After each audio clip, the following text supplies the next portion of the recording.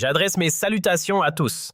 Alors que l'année 2025 touche à sa fin, j'espère sincèrement que vous traversez cette période avec sérénité. Mais pendant que beaucoup aspirent à un moment de répit le pouvoir en place, lui choisit ce moment précis pour déclencher un épisode aux conséquences potentiellement désastreuses. Le régime dirigé par Tebboune vient d'enclencher une série de décisions qui mettent en péril l'équilibre même du pays. À quelques jours seulement de clore cette année agitée pleine de remous pour l'Algérie, le pouvoir en place décide tout simplement d'allumer la mèche. Et cette mèche pourrait ne pas s'arrêter au seuil du palais présidentiel, elle pourrait entraîner avec elle toute la maison algérienne dans l'incendie. Une imprudence qui frôle l'inconscience. C'est pour cette raison que je m'adresse à vous et que je lance un appel clair. Non pas à la violence, ni à la rébellion, ni à des actes qui trahiraient nos principes. Ce que je propose, c'est une mobilisation réfléchie, lucide, fondée sur la responsabilité individuelle et collective. J'invite chaque citoyenne et chaque citoyen à exercer une pression ferme mais pacifique sur ceux qui détiennent le pouvoir par les mots, par les médias, par les canaux institutionnels et sociaux. Car face à la déraison, il nous reste la force de la raison. J'adresse mes salutations à tous. Alors que l'année 2025 touche à sa fin, j'espère sincèrement que vous traversez cette période avec sérénité. Mais pendant que beaucoup aspirent à un moment de répit le pouvoir en place, lui choisit ce moment précis pour déclencher un épisode aux conséquences potentiellement désastreuses. Le régime dirigé par Tebboune vient d'enclencher une série de décisions qui mettent en péril l'équilibre même du pays. À quelques jours seulement de clore cette année agitée pleine de remous pour l'Algérie, le pouvoir en place décide tout simplement d'allumer la mèche. Et cette mèche pourrait ne pas s'arrêter au seuil du palais présidentiel, elle pourrait entraîner avec elle toute la maison algérienne dans l'incendie. Une imprudence qui frôle l'inconscience. C'est pour cette raison que je m'adresse à vous et que je lance un appel clair. Non pas à la violence, ni à la rébellion, ni à des actes qui trahiraient nos principes. Ce que je propose, c'est une mobilisation réfléchie, lucide, fondée sur la responsabilité individuelle et collective. J'invite chaque citoyenne et chaque citoyen à exercer une pression ferme mais pacifique sur ceux qui détiennent le pouvoir par les mots, par les médias, par les canaux institutionnels et sociaux. Car face à la déraison, il nous reste la force de la raison.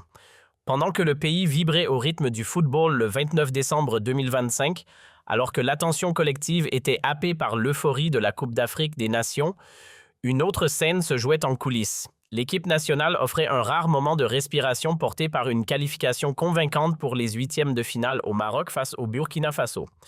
Les regards étaient rivés sur le terrain, l'esprit ailleurs détendu. C'est précisément à cet instant que le chef de l'État Abdelmadjid Tebboune convoquait un conseil des ministres au parfum pour le moins inquiétant afin d'évoquer une possible retouche de la Constitution.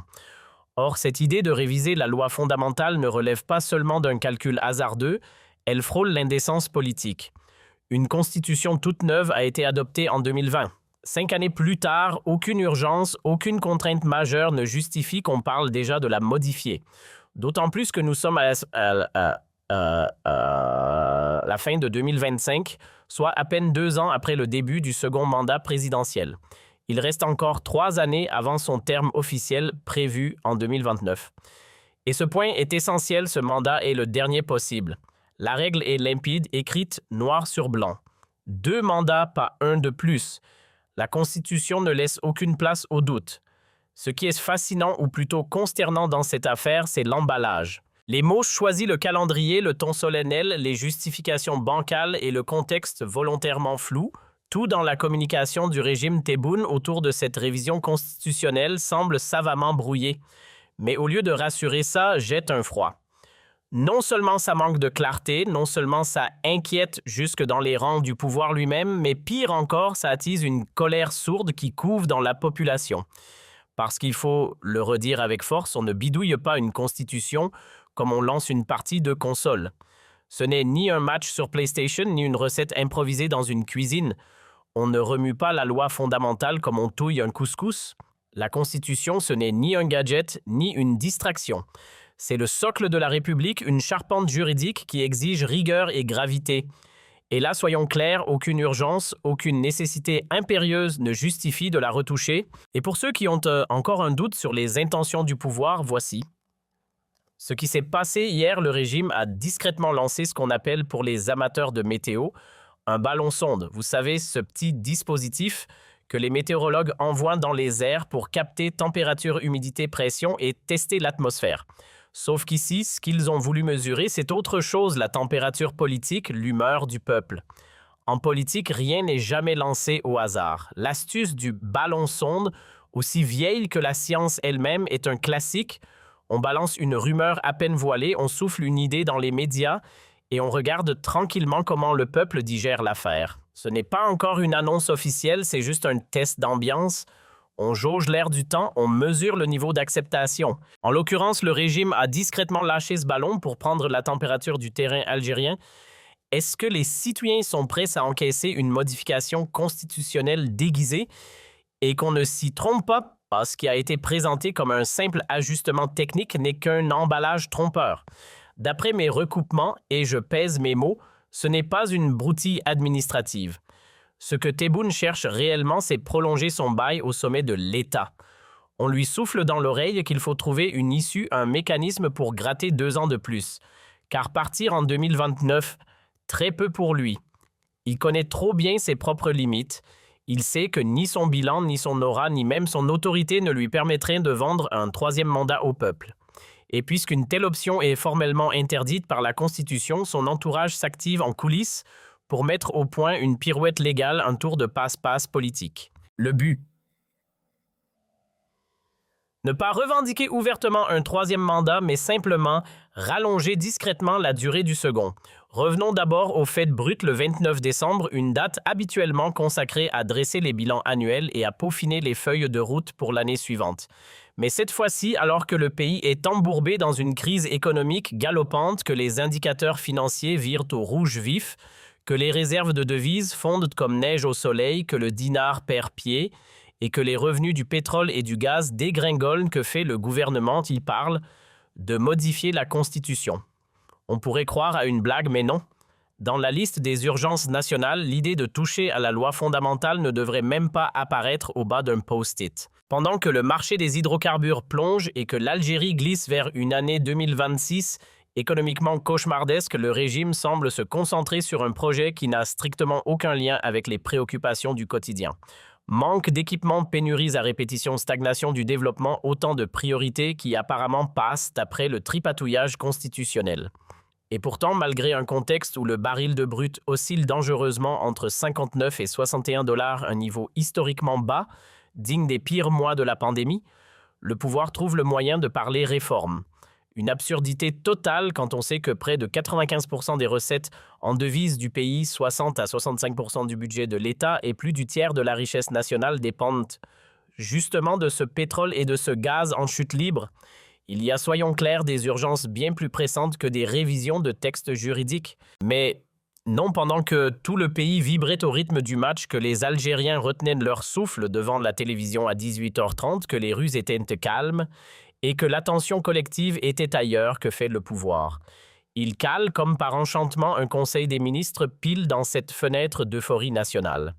Curieuse coïncidence, n'est-ce pas? La réunion commence juste avant le coup d'envoi et le communiqué final aux surprises tombe aux alentours de 20h30 pile après le match.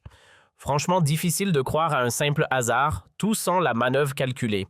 Tebboune a probablement regardé le match lui aussi tranquillement pendant que les autres discutaient de réformes.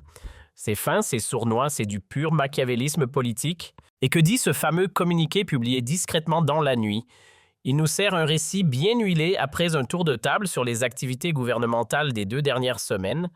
Le président, dans sa grande sagesse, aurait décidé de repousser le fameux amendement technique de la Constitution. Pourquoi officiellement? Pour approfondir l'analyse, bien sûr, et surtout, accrochez-vous bien, pour renforcer les avancées démocratiques liées à l'autorité nationale indépendante des élections. Rien que ça. Un joli ruban sur un paquet vide, ce fameux amendement qui concerne l'autorité nationale indépendante des élections. Ce n'est pas une affaire à débattre entre ministres autour d'une table. Non. Ce domaine-là, c'est le terrain exclusif du président de la République. Ni le Premier ministre ni ses collègues du gouvernement n'ont leur mot à dire là-dessus. S'attaquer à la Constitution, c'est du ressort du sommet de l'État, la présidence, le Parlement, le Conseil de la Nation. Bref, ceux que le peuple a élus ou censé avoir élus et non les technocrates de cabinet. Car soyons sérieux, les ministres, eux sont là pour autre chose. Ce sont des gestionnaires de dossiers, des exécutants censés s'occuper de routes d'hôpitaux, d'écoles d'approvisionnement, bref, des problèmes de tous les jours. Pas pour retoucher les fondements juridiques du pays à la volée. Et pourtant, avant même que la réunion ministérielle ne commence, la presse aux ordres, qu'elle soit en ligne ou papier, avait déjà lancé le teasing. Annonces majeures à venir sur une prétendue révision de la Constitution. C'était partout claironné comme un scoop. En vérité, tout cela sentait l'opération de com bien huilée, millimétrée à l'avance. D'abord, on nous annonce un conseil des ministres. Ensuite, dans le menu du jour, soigneusement glissé entre deux rapports sur l'agriculture ou la santé surprise, la révision de la Constitution, et à la sortie, un communiqué bien lisse, presque soporifique, qui vient surtout nous dire que finalement, il ne s'agissait que d'un simple amendement technique. Oui, technique. Comme si bricoler la loi fondamentale de la République était une simple mise à jour de logiciel. Mais attendez une minute, si c'est vraiment un détail technique, alors pourquoi ce sujet se retrouve-t-il discuté entre le président et des ministres censés s'occuper de transport, de logement ou d'énergie? Parce que, soyons clairs, en principe, une modification de la Constitution, même technique, ça se joue entre les grandes institutions de la République, la présidence, le Parlement, le Sénat, la Cour constitutionnelle. Pas autour d'une table avec des gestionnaires de portefeuille ministériels. Le gouvernement lui a un rôle bien défini, administrer, exécuter, résoudre les problèmes quotidiens. Il n'est ni le rédacteur ni le gardien de la Constitution. Ce sont les représentants du peuple, les juristes, les institutions judiciaires, les garants de l'ordre républicain qui doivent en débattre. Pas ceux qu'on a nommés pour gérer le budget des routes ou des écoles. Alors on remet ça. Comme chaque fin d'année, Abdelmadjid Tebboune s'apprête à enfiler son costume de chef d'État exemplaire pour livrer son grand discours solennel devant le Parlement algérien réuni en congrès. Une tradition qu'il semble vouloir inscrire dans le marbre puisqu'il s'y est déjà adonné le 30 décembre de l'an dernier. Et devinez quoi, cette année rebellote. Ce 30 décembre même, date même, cérémonie même, rituel. Les invitations ont été envoyées, les députés convoqués, le décor est en place. Officiellement, on l'appelle le discours sur l'état de la nation. Officieusement, c'est plutôt la grande messe annuelle de l'autocélébration. Et d'après nos sources, ce discours était censé servir de rampe de lancement pour dévoiler son fameux projet de révision constitutionnelle.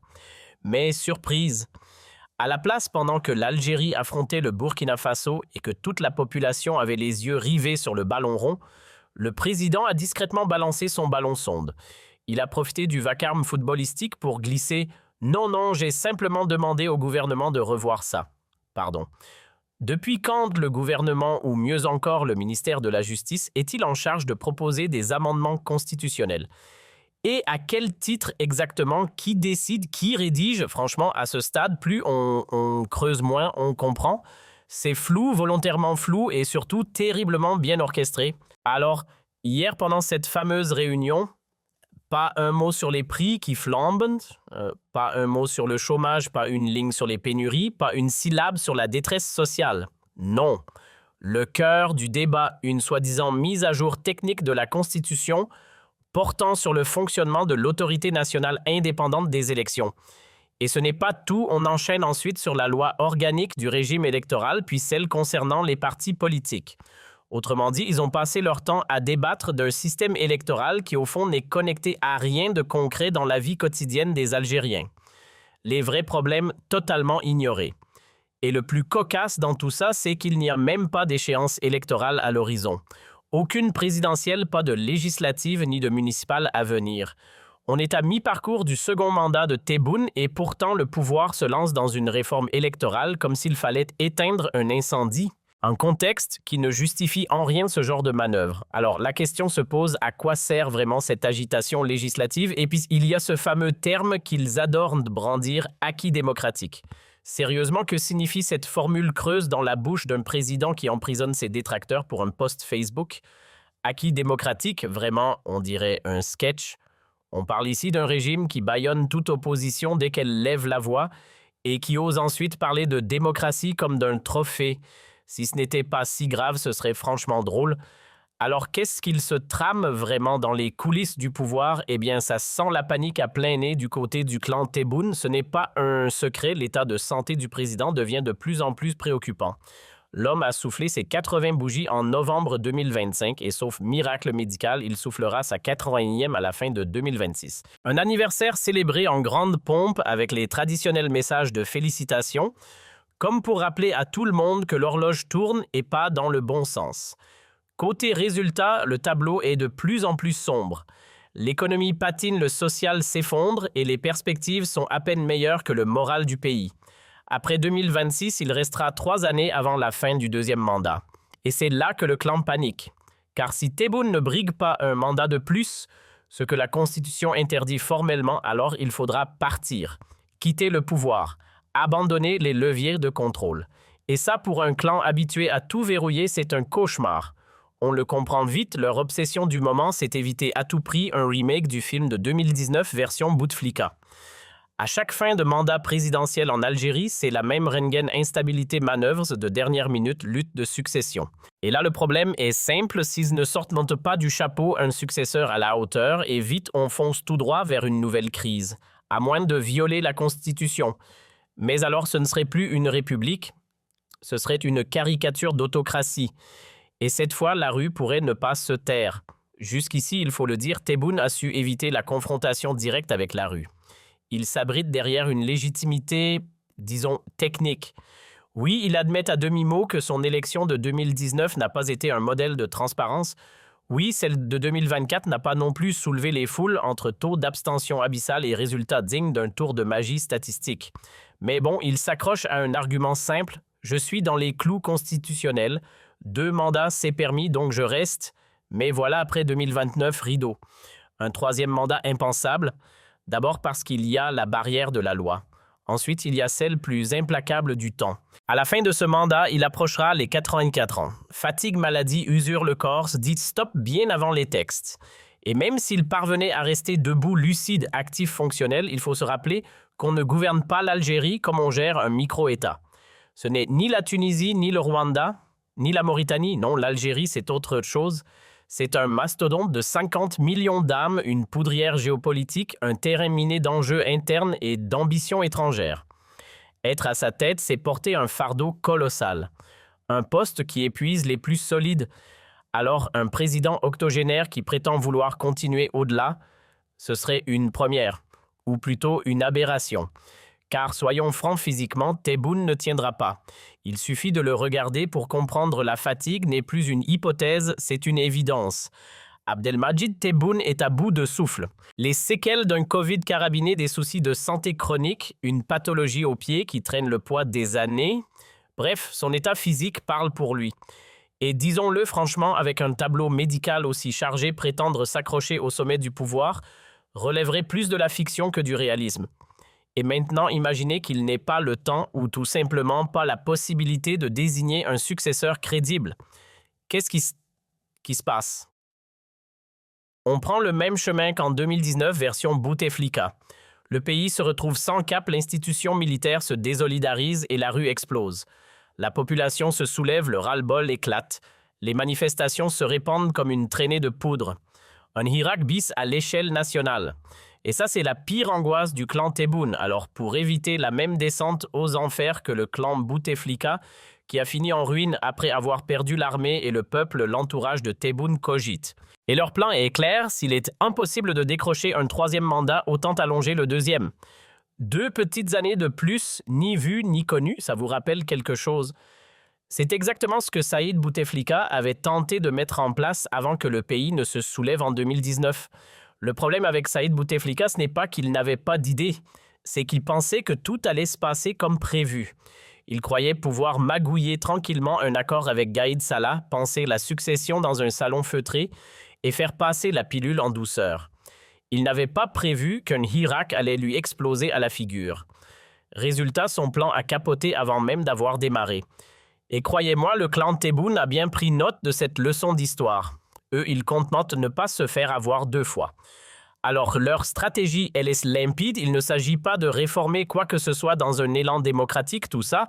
C'est de la poudre aux yeux. Ce qu'ils veulent, en réalité, c'est rajouter 2 ans au compteur. Étendre le mandat de Tebboune à 7 ans au lieu de 5. Officiellement, ce serait pour terminer les réformes, assurer la stabilité, achever les chantiers, le tout emballé dans un discours patriotique plein de bons sentiments. Mais attendez, ce n'est pas fini. Pour faire passer la pilule, ils ressortent leur vieille recette préférée, l'épouvantail de la menace extérieure. Le Maroc en danger, le MAC une conspiration, les Émirats une manœuvre dans l'ombre. L'argumentaire est prêt en cours de polissage et le refrain est toujours le même.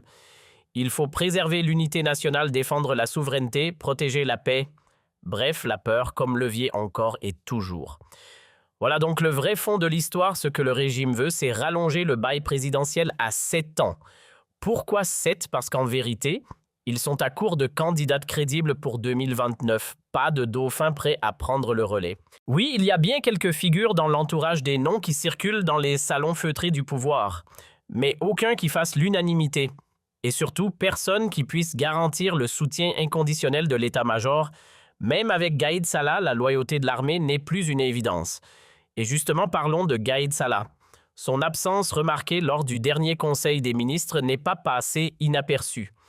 Est-il souffrant, écarté ou pire, est-il en désaccord avec la tentative de prolongation camouflée du mandat présidentiel, pour l'instant silence radio? Mais dans les couloirs du pouvoir, cette absence fait beaucoup de bruit. Elle laisse planer un doute, un froid. Et surtout, elle trahit une fracture en haut lieu. D'ailleurs, ce n'est probablement pas un hasard si Tebboune, dans cette même réunion, s'est empressé de calmer le jeu. On reporte, on analyse davantage, on approfondit les discussions. Traduction, on temporise parce que ça coince. L'unité au sommet vacille et quand même les hommes forts commencent à se désolidariser, c'est que la machine n'est plus aussi bien huilée qu'on le prétend. Alors franchement, posez-vous la question, est-ce que ça l'arrange vraiment Gaïd Salah que Tebboune s'offre un petit bonus de 2 années au pouvoir lui-même? Il n'est pas sûr de tenir. Jusqu'en 2029, l'homme n'est plus tout jeune, à peine une bougie de moins que son camarade Tebboune. Et côté santé, c'est loin d'être un long fleuve tranquille. Il enchaîne les traitements, les séjours médicaux et ses problèmes risquent fort de s'aggraver. À un moment, il faut bien accepter une vérité universelle. La biologie ne fait pas de cadeaux et l'éternité, ce n'est pas pour les mortels. C'est là que réside leur vraie faiblesse, cette incertitude constante. Ils savent très bien qu'ils ne sont pas invincibles ni physiquement ni politiquement. Et la peur, elle est partout. Ce serait une erreur de croire que ces hommes-là dorment paisiblement sur des coussins de velours dans des palais dorés. Non, ils vivent en apnée, en tension, en vigilance extrême.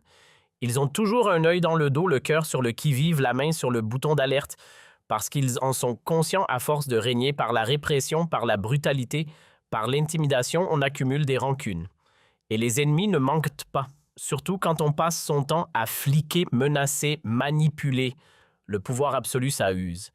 Et quand la peur devient le moteur du système, la paranoïa devient le quotidien. Ils vivent constamment avec cette obsession, celle d'un coup venu de l'intérieur, l'idée qu'à tout moment, quelqu'un pourrait surgir de l'ombre pour les faire vaciller. Ils dorment d'un œil, toujours aux aguets, incapables de goûter à une paix mentale. Leur quotidien, survie politique. Et dans ce climat paranoïaque, un mot revient succession. Car Gaïd Salah a encore en tête le sort tragique du clan Bouteflika. Il l'a vu de ses propres yeux, toute sa garde rapprochée, ses fidèles, même sa propre famille, se sont retrouvés sous les verrous ou pire réduits au silence. Bien saisi, liberté confisquée. Tebboune, lui non plus, ne veut pas voir les siens finir comme ça humiliés, traînés dans la boue, effacés par l'histoire. Alors ils cherchent, ils creusent. Il prime pour une solution miracle, un héritier, un vrai quelqu'un qui prendrait le flambeau sans tout faire flamber. Mais voilà le hic, quand on gouverne dans la peur et qu'on muselle tout débat, il n'y a plus de relève. Aucun nom ne fait l'unanimité, 0 accord, 0 figure consensuelle. Et dans ce désert politique, annoncer un successeur, c'est comme lancer une grenade sans goupille, soit on l'impose par la force, soit on provoque l'effondrement du château de cartes. Car même celui que l'on désigne peut se retourner, trahir et précipiter la chute. Autrement dit, régner dans l'ombre, c'est facile. Transmettre le trône dans la lumière, c'est une autre affaire. Dans l'esprit du régime Tebboune, la clé, c'est simple, gagner du temps. Toujours plus de temps. Du temps pour temporiser, pour bricoler des alliances, pour tenter, enfin, de fabriquer un semblant de consensus. Et comment on achète ce temps en étirant le mandat présidentiel comme un vieux chewing-gum? Le plan est limpide, 2 années de bonus à ajouter au calendrier présidentiel. Autrement dit, oubliez 2029, le nouvel objectif c'est 2031. Mais attention, on parle d'un président qui a déjà soufflé ses 80 bougies. Donc s'il tient le coup, en supposant que le corps suive et que l'esprit ne décroche pas, il s'accrocherait au trône jusqu'à ses 45 ans passés. Oui, 85. Et tout ça pourquoi? Pour veiller sur son clan comme un vieux lion fatigué qui refuse de lâcher la savane. Il resterait là en mode gardien de temple pendant que son entourage tente enfin de dégoter un héritier qui ne les trahira pas au premier virage. Mais au cœur de cette machination, une zone d'ombre Gaïd Salah. Était-il vraiment à 100% derrière ce scénario difficile à dire? Surtout qu'il a brillé par son absence lors de la fameuse réunion sur cette révision constitutionnelle. Officiellement, peut-être un souci de santé. Officieusement, peut-être un désaccord profond. Une chose est sûre, ce silence pèse lourd. Très lourd. Soyons clairs, prolonger encore la présence de Tebboune au sommet de l'État, c'est jouer avec des allumettes au-dessus d'un baril de poudre. Tout le monde sait que c'est une idée catastrophique. Et pourtant, au lieu de chercher au plus vite un successeur crédible, on s'obstine. C'est courir droit vers une réplique de la crise de 2019. Parce que oui, le peuple algérien n'est pas dupe et pourrait exploser à nouveau cette fois avec encore plus de rage. Et quand on additionne les galères du quotidien, l'inflation galopante, le chômage, la pauvreté qui gagne du terrain, avec une potentielle manœuvre politique pour s'accrocher à la présidence, c'est la recette parfaite pour une colère collective. Les Algériens pourraient crier. Mais attends, en 2019, tu nous as vendu du rêve, tu t'es présenté comme l'anti-Bouteflika, le gars du peuple, le rempart contre l'autoritarisme. Et aujourd'hui, tu veux faire pareil, tu veux t'imposer encore 5 ans, mais t'es comme lui en fait. T'as juste changé l'emballage. Et à ce moment-là, l'insurrection populaire aurait toutes les raisons d'éclater. Parce que, désolé, mais même leur propre texte sacré, la Constitution de 2020 rédigée sous l'ère Tebboune, et formel l'article 88 noir sur blanc dit que la présidence, c'est 5 ans renouvelables une seule fois. 2 mandats de pointe finale, qu'ils soient consécutifs ou séparés, peu importe. Même un mandat écourté est compté. Autrement dit, le 3e mandat constitutionnellement, c'est non négociable, à moins évidemment de piétiner leur propre loi. On ne peut pas faire plus limpide 5 ans, pas un de plus. C'est marqué noir sur blanc. Si le président veut écourter son bail à El Mouradia, libre à lui, mais s'il veut continuer au-delà de 2029, c'est non terminé. Rideau. Et ce n'est pas une question d'opinion, c'est la loi elle-même qui le dit, noirci dans l'article 223 de la Constitution algérienne. Celui-là, c'est le cadenas qui empêche qu'on trafique les règles du jeu à la dernière minute. Alors que stipule exactement cet article bétonné, il est catégorique, aucune révision de la Constitution ne peut dénaturer l'ADN républicain de l'État. Pas question de transformer l'Algérie en royaume ou en république bananière sur un coup de tête. Pas possible non plus de foutre à la poubelle le multipartisme ou de rayer la dimension sociale de l'État algérien. Et encore moins d'effacer l'islam comme religion de l'État, même un magicien politique n'y arriverait pas.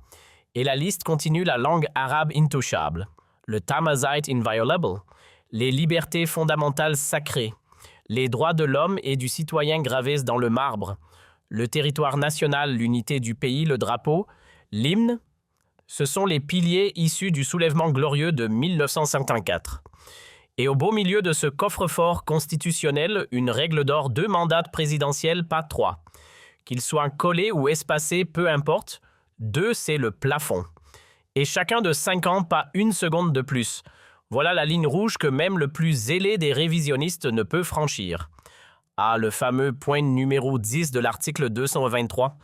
Ce passage-là est limpide comme de l'eau de roche, la Constitution est formelle gravée dans le marbre blindé de toutes parts. Elle interdit catégoriquement toute modification qui supprimerait la limitation des mandats présidentiels ou qui jouerait avec leur durée.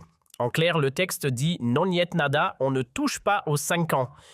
Et donc, M. Tebboune, malgré toutes les pirouettes possibles, ne peut légalement rien y faire. La règle est posée et elle ne bouge pas. Mais alors, comment vont-ils contourner l'obstacle? Parce que oui, évidemment, ils cherchent déjà la brèche. La parade serait de sortir l'artillerie lourde côté cour constitutionnelle pour lui faire jouer le rôle de passe-partout et dans la foulée, emballer tout ça dans un joli paquet de com, histoire de rassurer la galerie. Non, on reste bien sur 2 mandats. C'est juste que 5 ans, vous comprenez, c'est trop court. On a des urgences à gérer, sécurité nationale, relance économique, tensions diplomatiques, géopolitiques brûlantes, bref, l'intérêt supérieur de la nation. Et donc, hop, on glisse 2 années en douce, on transforme le mandat en un bail de 7 ans. Résultat des courses, le règne de Tebboune ne s'achèverait plus en 2029, mais en 2031. Et tout président futur prendrait de ses fonctions sur cette base falsifiée, constitutionnellement totalement illégale. Une violation en bonne et due forme. Franchement, cette manœuvre mérite une émission entière rien que pour en décortiquer la légalité, ou l'absence totale de celle-ci. Mais quoi qu'il en soit, Tebboune s'amuse avec des allumettes au-dessus d'un baril de poudre. Il s'imagine peut-être être le sauveur dont le pays ne peut se passer. Il croit à tort qu'un peuple fatigué, frustré, désabusé serait encore prêt à lui tendre la main, mais à trop écouter les courtisans, à trop se croire indispensable, il risque bien de finir comme son prédécesseur dépassé par la rue et trahi par le temps. Soyons clairs, l'Algérie n'est pas une monarchie divine, elle ne s'est pas figée sur un seul nom. Tebboune n'est ni le seul ni l'ultime sauveur de la nation.